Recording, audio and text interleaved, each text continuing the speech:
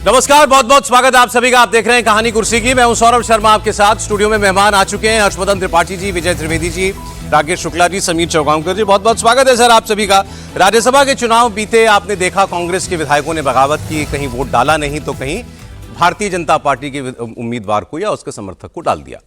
अब हरियाणा, बिहार, उड़ीसा से ये जो शुरू हुआ था, ये भगदड़ का सिलसिला असम में अभी तक जारी है। असम में वैसे पहले भी होता रहा है। अभी कुछ हफ्ते पहले वहां पर पूर्व पीसीसी अध्यक्ष ने इस्तीफा दिया था। अब 9 अप्रैल को वहां पर मतदान होना है विधानसभा चुनाव के लिए। कांग्रेस पार्टी को उससे पहले ताजा और बड़ा झटका क्या लगा? 3 कांग्रेस नेताओं ने इस्तीफा दिया, जिसमें सबसे बड़ा टिकट है असम से कांग्रेस सांसद प्रद्युत बोरदोलाई का। ये नौगांव से सांसद हैं और असम प्रदेश कांग्रेस कमेटी के उपाध्यक्ष नवज्योति तालुकदार का इस्तीफा हो गया। चुनाव आ रहे हैं, इस्तीफा होगा। वैसे सांसद का इस्तीफा होना बड़ी बात होती है, तो वो हुआ वहां पर। लेकिन इसके पीछे जो वजह सामने आ रही है वो और हैरान करने वाली है। और इस इस्तीफे के बाद जो कांग्रेस पार्टी का जवाब है वो शायद हैरान नहीं करता, क्योंकि अब आदत हो गई लोगों को इसी किस्म के रिएक्शंस की। लेकिन फिर भी आप सोचिएगा तो आपको कांग्रेस पार्टी की सोच पर हैरानी होगी जब आप देखेंगे अभी क्या प्रतिक्रियाएं आई। इसके अलावा हरियाणा में वहां वर्किंग प्रेसिडेंट रामकिशन गुर्जर, उन्होंने कांग्रेस पार्टी से इस्तीफा दे दिया। अब प्रद्युत बोरदोलाई की बात करते हैं सबसे पहले, क्योंकि इनको लेकर ही सबसे ज्यादा हंगामा है। ये नौगांव से कांग्रेस के सांसद हैं और इनके संसदीय क्षेत्र में जो विधानसभा क्षेत्र आते हैं उनमें उम्मीदवारों के चयन को लेकर मीटिंग चल रही थी। बोरदोलाई का आरोप है कि इस दौरान उनको बेइज्जत किया गया, साइडलाइन किया गया, उनकी सुनी नहीं गई। इससे पहले कांग्रेस के पूर्व अध्यक्ष भूपेन बोरा भी कांग्रेस पार्टी का हाथ छोड़कर बीजेपी ज्वाइन कर चुके हैं। भूपेन बोरा ने भी यही बातें कही थी कि हमारे आत्मसम्मान के साथ हम अब और समझौता नहीं कर सकते थे। लेकिन अब मैं आपको बताता हूं जो प्रतिक्रियाएं आई। कांग्रेस पार्टी और दलों को, बीजेपी को खास तौर पर कहती है कि सांप्रदायिक राजनीति करते हैं, हिंदू मुसलमान की राजनीति करते हैं। प्रद्युत बोरदोलाई ने इस्तीफा दिया तो इनके इस्तीफे के ऊपर कांग्रेस पार्टी के सांसद, दूसरे सांसद सहारनपुर से, उत्तर प्रदेश से, इमरान मसूद, उनका जो रिएक्शन आया वो वाकई सोच में डालता है। वो कह रहे हैं कि प्रद्युत बोरदोलाई उस सीट से सांसद हैं जहां पर 65% मुसलमान रहते हैं, 65% मुस्लिम आबादी है। वो कह रहे हैं कि आपने अगर आप मुसलमानों के वोट से जीतने के बाद अपनी विचारधारा के खिलाफ जाने का फैसला किया है तो फिर ये आपको सोचना पड़ेगा और लोगों को भी सोचना पड़ेगा ऐसे लोगों के साथ क्या करना है। विचारधारा के साथ समझौता नहीं करना चाहिए था। और इसको अंडरलाइन करने के लिए वो क्या बता रहे हैं बार बार, मुस्लिम सीट से जीते हैं, 65% मुसलमान वहां पर रहते हैं जहां से बोरदोलाई जीत करके आए हैं। खुद इमरान मसूद जहां से जीत कर आए सहारनपुर से, वहां भी 40% मुसलमान रहते हैं। क्या इमरान मसूद ये कहते हैं कि वो केवल मुसलमानों के वोट से जीते? और जितने विधायकों ने अभी कांग्रेस पार्टी के खिलाफ वोट दिया, कांग्रेस के विधायकों ने, बिहार में या उड़ीसा में या हरियाणा के अंदर, क्या वो सारे के सारे सिर्फ मुस्लिम बहुल आबादी की कॉन्स्टिट्यूएंसी से जीत करके आए थे? उनको जिताने में और किसी वोट का कोई रोल नहीं था? फिर भी उन्होंने छोड़ी, पार्टी के खिलाफ जाकर के काम किया। अगर आप मुस्लिम बहुल सीट से जीत कर आए और कोई ऐसा काम करें जो दूसरी पार्टी को फायदा पहुंचाता है तो विचारधारा के खिलाफ है। लेकिन आप सामान्य कॉन्स्टिट्यूएंसी से जीत कर आते हैं, फिर आपकी कांग्रेस से कोई नाराजगी होगी तो वह विचारधारा का सवाल नहीं है। मतलब देश में विचारधारा की लड़ाई का सारा ठीकरा इमरान मसूद साहब ने मुसलमानों के सर पर डाल दिया कि तुम ही हो जो लड़ रहे हो बीजेपी के खिलाफ, तुम ही हो जो बीजेपी को टक्कर दे रहे हो और तुम ही हो ऐसे लोगों को जिताकर भेज सकते हो जो बीजेपी को जवाब दे सकते हैं। आप पहले सुन लीजिए। अच्छा, वो और चिंता भी जता रहे हैं कि भाई ये तो मुस्लिम बहुल सीट से जीतकर आए सांसद हैं और विधायकों ने जिन्होंने कांग्रेस का साथ नहीं दिया वो मुसलमान विधायक थे। वहां भी मुस्लिम थ्योरी कि मुसलमान विधायक कैसे जा सकता है कांग्रेस पार्टी के खिलाफ, जैसे वो बंधुआ हो गया हो। सुनिए इमरान मसूद को। दुर्भाग्यपूर्ण है कि आप 65% मुस्लिम आबादी वाली सीट से जीत करके एमपी बने हो और आपने बीजेपी के खिलाफ वोट हासिल कर करके जीत हासिल की और इस तरह से आप पार्टी छोड़कर अगर जाते हैं तो दुर्भाग्यपूर्ण, मनाने की कोशिश करेंगे मान जाए तो। लेकिन यह भी सच्चाई है कि 65% मुस्लिम आबादी वाली सीट से वो मेंबर ऑफ पार्लियामेंट है। लोगों को समझना चाहिए। देखिए, अगर लोगों ने समझ लिया, जनता ने समझ लिया कि आप किस आइडियोलॉजी के साथ आए। अब हरियाणा में चुनाव हुआ, 2 मुसलमान एमएलए बीजेपी को वोट कर गए तो वो बीजेपी के खिलाफ जीत कर आए थे, बीजेपी के खिलाफ वोट लेकर आए थे। उड़ीसा के अंदर एक मुस्लिम लड़की ने बीजेपी को वोट कर दिया, वो बीजेपी के खिलाफ जीत कर आए थे, बीजेपी की आइडियोलॉजी के खिलाफ जीत कर आए थे। तो ये जो आइडियोलॉजी के ऊपर कॉम्प्रोमाइज हो रहा है ना, ये बहुत खराब चीज है। मतलब आप जिस आइडियोलॉजी से जीत कर आ रहे हो, आप उसके बिल्कुल एकदम अपोजिट जाकर ज्वाइन करते हो, तो ये लोगों को समझना चाहिए। लोग जवाब देना शुरू कर देंगे तो बंद हो जाएगा, इसके अंदर कोई कुछ नहीं कर सकता है। चलिए जरा पहले इसी इनके बयान पर हम लोग एक राउंड बात कर लें, फिर मैं आपको प्रद्युत बरदोलाई का भी बयान सुनाऊंगा। उन्होंने इन साहब का भी नाम लिया कि मेरे कांग्रेस पार्टी छोड़ने में ऐसे लोगों का भी बहुत बड़ा रोल है। इमरान मसूद का नाम लेकर के वो बोले। त्रिपाठी जी, लेकिन क्या कहेंगे आप? मुस्लिम सीट से जीत कर आए, मुस्लिम बहु सीट से, मुस्लिम विधायक साथ नहीं दे रहे हैं कांग्रेस का। देखो, मैं तो कह रहा हूं कि आज कहानी कुर्सी की सस्पेंड कर दीजिए। अच्छा। और बार बार 65% मुसलमान सीट से जीतकर आने के बावजूद भाजपा में चला गया। बस यही चलाते रहे, यही कहानी कुर्सी की है देश की, और यही है वो फ्रॉड सेकुलरिज्म जिसको बार बार मैं चिन्हित करता हूं, तो अलग अलग तरीके से लोग बताते हैं। यही फ्रॉड सेकुलरिज्म। रियल सेकुलरिज्म तो ये होना चाहिए ना कि हर कोई हर किसी का सम्मान करे, हर किसी के पास लोकतंत्र में जो अधिकार है, एक वोट का अधिकार है, हम वो एक वोट जिसको ठीक लगेगा देंगे। हमारा जनप्रतिनिधि, कितने बड़े बड़े भाषण हुए हैं संसद में हमारी, कितने बड़े बड़े लोगों ने कहा है वो अंतरात्मा की आवाज, वो अपनी इच्छा, अपनी स्वतंत्रता, राजनीतिक तौर पर हम कहां देख रहे हैं, समाज हमारा कैसे जो जिन्होंने हमको चुनकर भेजा वो हमको कैसे देखते हैं। और वो इमरान मसूद जो नरेंद्र मोदी की बोटी बोटी करने जा रहे थे, इच्छा तो ऐसी ही थे ना उनकी, अब नहीं कर पाए बेचारे, फिर इधर उधर छटपटा के कांग्रेस सपा करते हुए अब कांग्रेस में। सवाल यह है कि क्या इस देश की राजनीति सचमुच बस इतनी ही है कि मुसलमान बढ़ा मतलब उसके अलावा और कोई नहीं होगा? क्या राजनीति इतनी ही है कि मुसलमान बढ़ा मतलब सेकुलरिज्म छोड़ दो, कहीं हिंद महासागर में बंगाल की खाड़ी में जाकर फेंक आओ। मुसलमान बढ़ा मतलब आप हिंदू की आस्था का कोई मतलब नहीं रह जाएगा। और कमाल की बात यह है, सोफिया फिरदौस जो उड़ीसा से विधायक हैं, उनके पिता भी कांग्रेसी रहे हैं, बहुत कट्टर कांग्रेसी परिवार है, वो छोड़ती हैं तो क्या कहा जाता है, अरे ये नौजवान मुसलमान भी चली गई। तमिलनाडु में एक नौजवान मुसलमान भारतीय जनता पार्टी के साथ है, उसके ऊपर इसी तरह की टिप्पणियां की गई। क्या देश में मुसलमान गिरवी है, बंधुआ है, या मुसलमान वो चल रहा है कि एक दिन आएगा उस दिन खड़े हो जाएंगे, अभी शांत रहो, अभी इमरान मसूद की तरह कहो कि मां शाकुंभरी देवी के नाम पर रेलवे स्टेशन। अब इनकी कॉन्स्टिट्यूंसी वाले हिंदू सोचें, जो सुनते हैं कि चौहान राजपूत इनकी कॉन्स्टिट्यूंसी में बहुत हैं हिंदू, तो वो जरा सोचें जिन्होंने राघव लखनपाल को हरा दिया और आज ये कह रहे हैं कि 65% वाला उधर जा रहा है।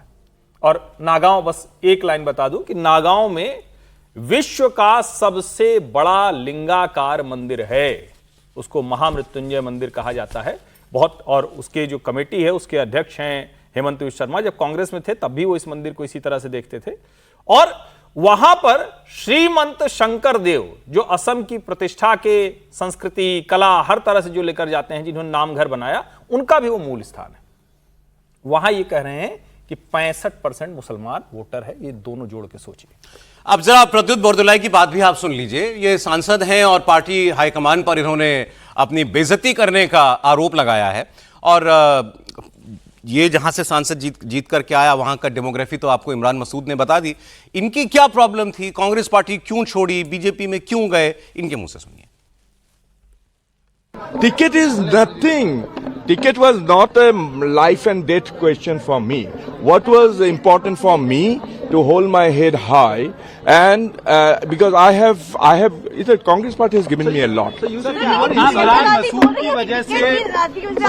बिल्कुल नहीं. But that was the last straw, because there was a very communal MP from UP called Imran Masood who refuses to sing Bande Mataram. You know, Bande Mataram is a national song. Every Congress congregation we first sing Bande Mataram. But this communal MP from UP, he was given some responsibility and charge, and when he started going to Assam, he started stoking the communal forces.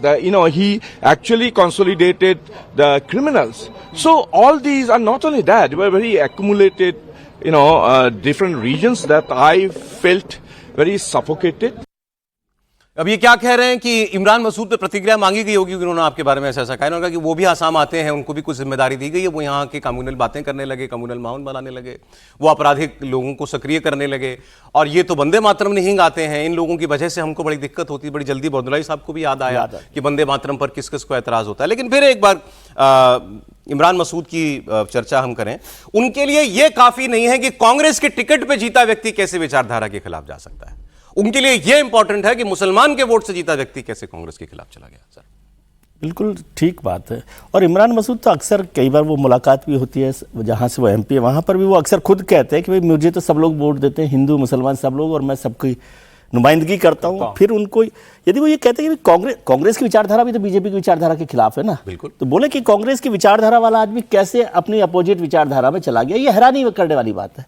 ये एक वाजिब बात होती है, लेकिन हमेशा हर मुद्दे को सांप्रदायिक नज़रिए से देखना, मुसलमानों के नज़रिए से देखना, और ये कहना 65% मुसलमानों के आबादी में भी वो हिंदू तो हैं ही, प्रद्युत बोरदोलाई मुसलमान तो नहीं है, तो इसका मतलब सब लोगों ने उनको वोट दिया ना। तो केवल मुसलमान होने की वजह से या मुसलमान नहीं होने की वजह से उनको वोट नहीं मिला हो, ऐसा नहीं है। लेकिन इमरान मसूद जो खुद अपनी कॉन्स्टिट्यूंसी के लिए बार बार कहते हैं कि वो तो सबकी नुमाइंदगी करते हैं, मैं इसको मानता कि वो कहते हैं कि कांग्रेस की जैसी विचारधारा उससे अलग जाकर विचारधारा में जा रहे हैं बीजेपी में, ये ठीक नहीं है। यहाँ तक बात समझ में आती है, लेकिन वो इसी नज़रिए से देखते हैं, इसी तरह से बात करते हैं। और उनके लिए तो झटका ये है क्योंकि अभी वो असम के प्रभारी भी है, एक तरह से वो देख रहे हैं, प्रियंका जी ने उन्हीं को जिम्मेदारी दी है। तो अब उनको मुस्लिम विधायकों ने राज्यशाला में वोट नहीं किया कांग्रेस को, इसका भी दुख है। मतलब वो कैप्टिव समझ रहे हैं, कैप्टिव समझ रहे हैं। और जो इंट्रोस्पेक्शन करना चाहिए, जिस पर कल भी हम लोग चर्चा कर रहे थे शायद, कि इंट्रोस्पेक्ट करे कांग्रेस की क्यों लोग छोड़कर जा रहे हैं। जो कल मैंने एक बात कही थी कि भाई बीजेपी में और कांग्रेस में फर्क क्या है।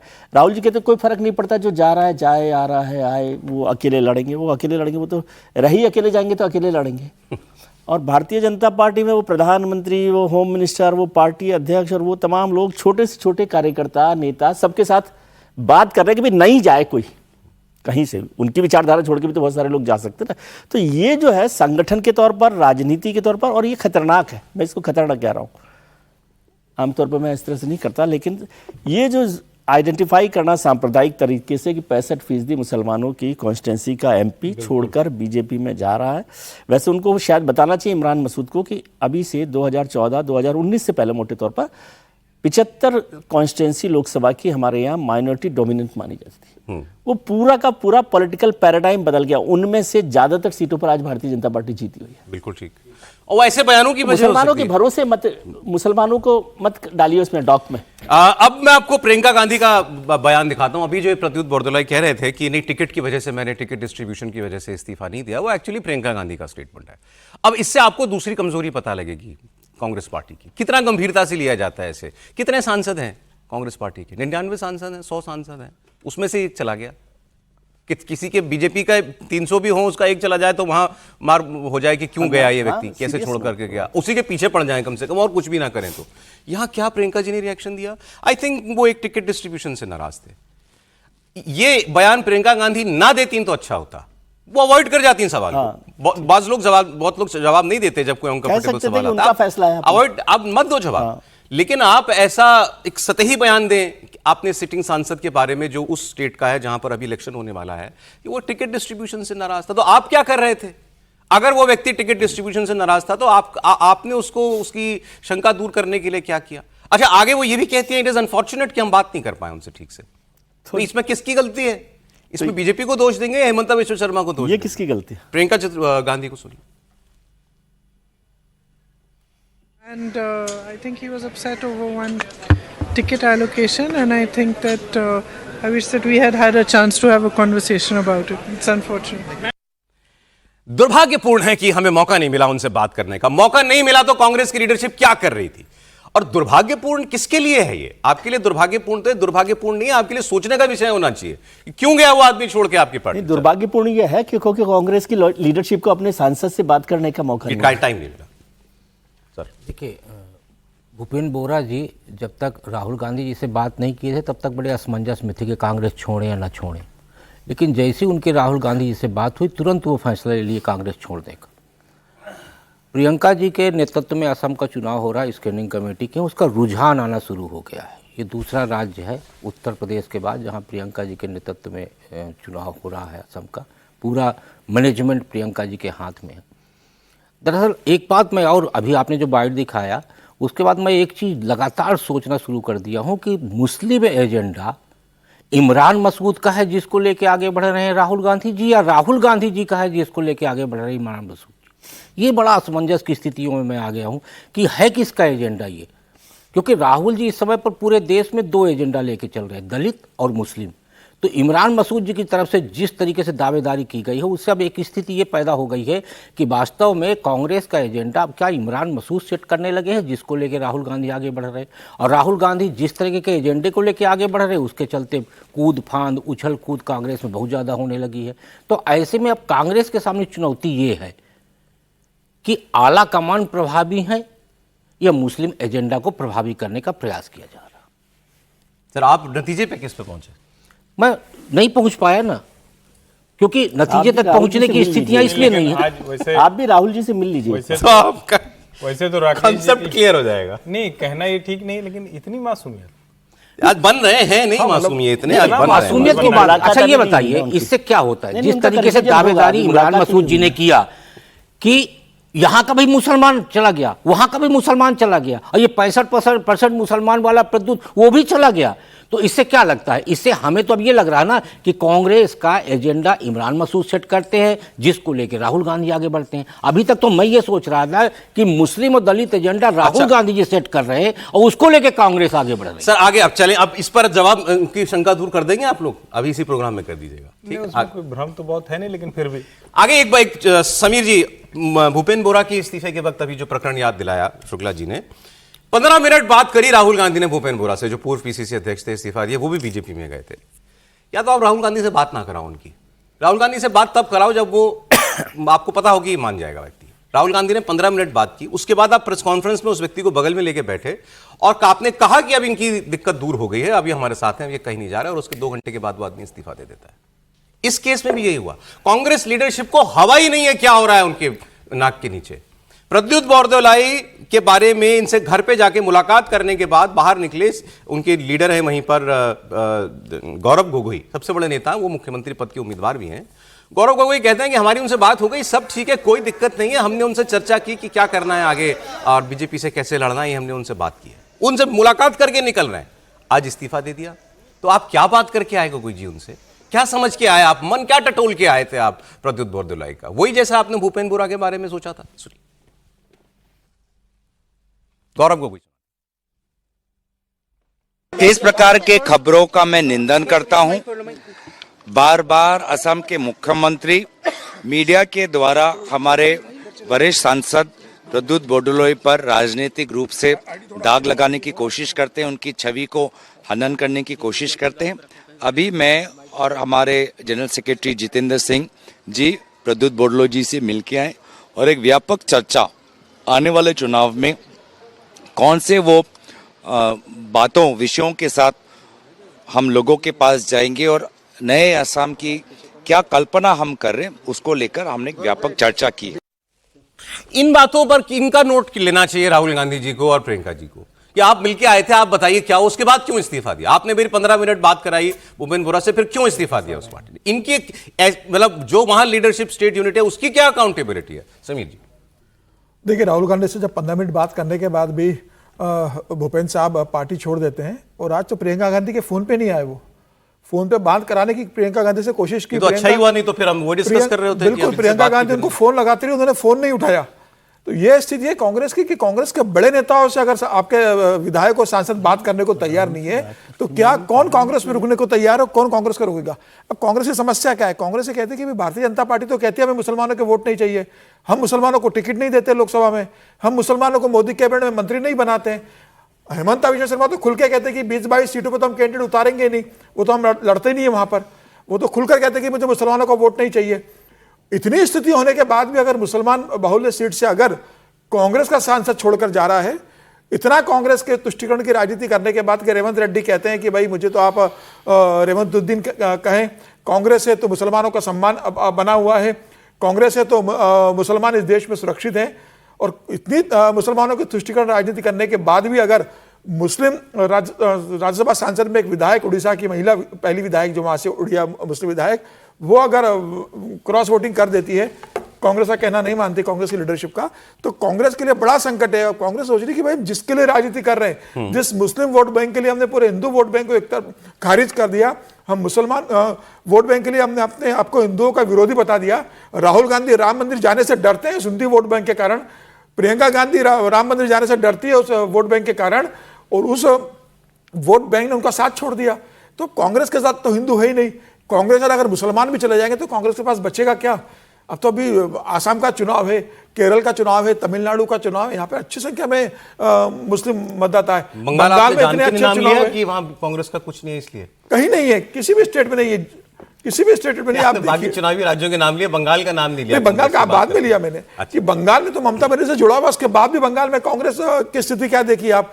2027 में तो आपको यूपी में चुनाव लड़ना है अखिलेश के साथ मिलकर, मुस्लिम जहां इतने हैं, तो कांग्रेस की यह स्थिति अगर बनी हुई है और इस तरीके से अगर सांसद, 3 सांसद है आपके, एक सांसद आपका छोड़ के जा रहा है और आपके ऊपर कोई असर नहीं हो रहा। प्रियंका का रिएक्शन देखिए, राहुल गांधी का रिएक्शन देखिए, मुझे कांग्रेस की स्थिति बताइए। कैजुअल अप्रोच हरियाणा कांग्रेस में सर आ गया। एक सेकंड के लिए सौरभ जी, अभी आपने सवाल के घेरे में खड़ा कर दिया गौरव जी को कि गौरव गोगोई से पूछा जाना चाहिए कि आपने क्या बात किया। आपने ये को नहीं कहा कि राहुल गांधी जी से पूछा जाना चाहिए कि ज्योतिरादित्य सिंधिया क्यों छोड़ के चले गए, हेमंत बिस्वा शर्मा के सामने बिस्किट क्यों खिला रहे थे, अब भूपेंद्र बोरा से बात करते तुरंत उनको फैसला लेने की स्थिति में क्यों आ गए। तो भाई गौरव गोगोई से पूछा जाना चाहिए, राहुल गांधी से भी पूछा जाना चाहिए कि आपसे मिलने के बाद आखिर कांग्रेस नेता रुक क्यों नहीं रहे और तेजी से क्यों भाग रहे। यही तो सवाल है, लेकिन मैं सवाल उससे ही पूछ सकता हूं ना जिसके सामने माइक लगा सकता हूं। तो गौरव गोगोई भी उसी कैंप के हैं, राहुल गांधी कैंप के हैं।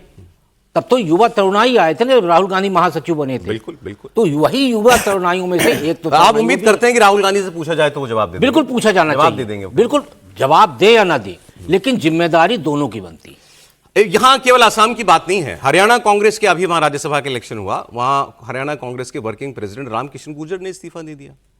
रामकिशन गुर्जर की जो वाइफ हैं शैली चौधरी, कांग्रेस के विधायक हैं, और उनका नाम भी कांग्रेस के खिलाफ क्रॉस वोट करने वालों में लिया जा रहा है। अब इनका भी इस्तीफा हो गया। अब वहां दूसरी और विचित्र बात हुई, वहां 2 कांग्रेस विधायक धरने पर बैठे हैं अपनी पार्टी के खिलाफ। आप सोचिए किस बात पे बैठे होंगे। वो कह रहे हैं कि नाम सार्वजनिक करो जिन लोगों ने खिलाफ वोट, क्रॉस वोट किया कांग्रेस के विधायकों ने, क्योंकि लोग हमें बदनाम कर रहे हैं कि हमने क्रॉस वोट किया, हमने नहीं वोट दिया कांग्रेस के खिलाफ जाकर। ये परिस्थिति है। कांग्रेस का विधायक धरना दे रहा है कि ये बताओ किसने क्रॉस वोट किया, मेरा नाम उस लिस्ट में क्यों डाल रहे हो, मैंने नहीं क्रॉस वोट किया। कोई नहीं है पूछने वाला, बताने वाला क्या हुआ है। अरे चिंता सहयोगी दलों को भी हो रही है, और वो भी खास वो जो कांग्रेस से ही गए हैं किसी और दल में। प्रियंका चतुर्वेदी शिवसेना यूबीटी की सांसद हैं, उन्होंने कहा ये चिंता की बात है जिस तरीके से लोग कांग्रेस छोड़ करके जा रहे हैं, और कांग्रेस को सोचना चाहिए ऐसा क्यों हो रहा है। जो कांग्रेस में लोगों का जाने का, बाहर जाने का सिलसिला चल रहा है, राज्यसभा में भी क्रॉस वोटिंग हमें दिखी है, ये चिंता का विषय है कि क्या दबाव पड़ रहा है, क्या प्रॉब्लम्स खड़ी कर रहे हैं उनके काम के प्रति ये, और सत्ता पक्ष जो है किस तरीके से साम दाम दंड भेद कर कर उनको उनकी जगहों से अस्थिर कर रहे हैं, ये शर्मनाक भी है। साथ ही साथ मैं बस यही कहूंगी कि भारतीय जनता पार्टी दिखा रही है कि उनके पास टैलेंट, इतना टैलेंट डेफिसिट है कि उनको दूसरी पार्टियों से अपने पार्टी में समावेश करना पड़ रहा है। प्रियंका चतुर्वेदी जी बीजेपी पे उंगली उठाएं, उनका बिल्कुल राइट है, करना ही चाहिए कि बीजेपी क्यों इतने बाहर के नेताओं को ले रही है, लेकिन वो जिस पार्टी से खुद आई हैं शिवसेना यूबीटी में, उससे भी वो पूछ रही हैं कि क्यों लोग छोड़ के जा रहे हैं। अच्छा, उनको तो अभी ये जवाब नहीं मिला कि कांग्रेस ने क्या, कांग्रेस को पता क्या लगा कि मैंने क्यों छोड़ा था। भाई उनके ऊपर भी तो कोई कमेटी बैठनी चाहिए थी जब इन्होंने कांग्रेस पार्टी छोड़ी। गंभीर आरोप लगाए थे उस समय कि महिलाओं का सम्मान नहीं होता, जो कुछ हुआ था, ऐसे आरोप तो शायद किसी ने नहीं लगाए। ठीक बात। अभी प्रियंका जी तो नहीं, खुद भी नहीं बता रही होंगी कि क्यों कांग्रेस छोड़ के गई है, क्योंकि अभी फिर कहीं उनको छोड़ के जाना है, तो दोनों एक साथ बता देंगी शायद। वो पूछो, उनकी पूरी पार्टी चली गई, वो नहीं बता पा रही जिस पार्टी में थी, जिस पार्टी उसके बाद ज्वाइन किया। तो वो अभी देखिए कांग्रेस के लिए गंभीर संकट, मैं इसको राजनीतिक संकट के तौर पर देख रहा हूँ। हरियाणा में भी जो कुछ हुआ, हम लोग राज्यसभा के चुनाव हो रहे थे तब भी हम लोगों ने इस पर चर्चा की थी कि हरियाणा में, और भूपेंद्र हुड्डा ने थोड़ी बहुत इज्जत बचा ली कि वहां पर वो सीट बच गई। वो हार गई थी कांग्रेस, वो बच गई, बीजेपी की अपनी गलतियों से हो गई, बाकी वो सीट भी निकल सकती थी, और उसमें राहुल गांधी जी का बड़ा योगदान रहा उस सीट को जीतने में, क्योंकि वो उसमें शामिल नहीं थे पूरे प्रोसेस में, तो इसलिए वो कांग्रेस ने सीट निकाल ली। लेकिन कांग्रेस के लिए ये राजनीतिक संकट की बात है, और उसको सर ऐसा मत कहिए। कंट्रीब्यूशन सबका। त्रिपाठी जी त्रिपाठी जी आप बोलिए, मुझे नहीं सुनना चाहते हो। ठीक है। नहीं, ये भूपेंद्र हुड्डा ने एक सेकंड के लिए भूपेंद्र हुड्डा ने इज्जत बचा ली या अपनी हैसियत बता दी? दोनों चीज। सर बीजेपी का एक वोट खारिज नहीं होता, बीजेपी का एक वोट गलत चला गया। नहीं, आज आपकी मासूमियत। उन्होंने कहा हरियाणा की सीट कांग्रेस की इसलिए निकल गई क्योंकि उसमें राहुल जी शामिल नहीं थे। सर आप बोल रहे कुछ, आप बोलिए। लेकिन जरा ये तो सोचिए ना कि विजय जी की इस बात पे हम लोगों को हंसी आ गई। गंभीर राजनीतिक तंज था ये। और जरा ये सोचिए कि जिस कांग्रेस पार्टी ने भारत की स्वतंत्रता की अहम भूमिका निभाने वाली पार्टी थी, हालांकि मैं मानता हूं कि जब राजनीतिक हो गई तो वो नेहरू कांग्रेस, इंदिरा कांग्रेस थी, लेकिन राहुल कांग्रेस यहां आकर खड़ी हो गई है कि आज हम 37 राज्यसभा सीटों के चुनाव की बात कर रहे हैं, असम के विधानसभा चुनाव होने वाले वहां की बात कर रहे हैं, विधायक छोड़ दे रहा है, सांसद छोड़ दे रहा है। आदमी 1 साल की विधायकी सांसदी के लिए अपनी जान दे देता है। मतलब वो क्या क्या नहीं करता है, पैसे से, ताकत से, सब 1 साल के लिए। उपचुनाव होता है, 6 महीना बचा है, 8 महीना बचा है, साल भर, तब भी वो जान मार देता है। यहां लोग सांसद हैं, जो सांसद अगर छोड़ेगा तो वो सोचिए अभी 26 से 29 तक है उसके पास, 3.5 साल बाकी है उसके पास बचा हुआ। जो विधायक है उसके पास पूरे अधिकार हैं। ये गंभीर मसला नहीं है कि राहुल कांग्रेस, राहुल गांधी के नेतृत्व में कॉमेडी सर्कस हो गई है। ये गंभीर मसला नहीं है। वहां वर्किंग प्रेसिडेंट की पत्नी, उसके ऊपर क्रॉस वोटिंग के आरोप, संदेह भी आ रहे हैं। वहां 2 विधायक बैठे हुए हैं कि भैया हम धरने पर हैं क्योंकि हमारा नाम डाल दिया जा रहा है। मतलब कॉमेडी सर्कस है या पार्टी है? मुझे तो पॉलिटिकल पार्टी नहीं दिखती।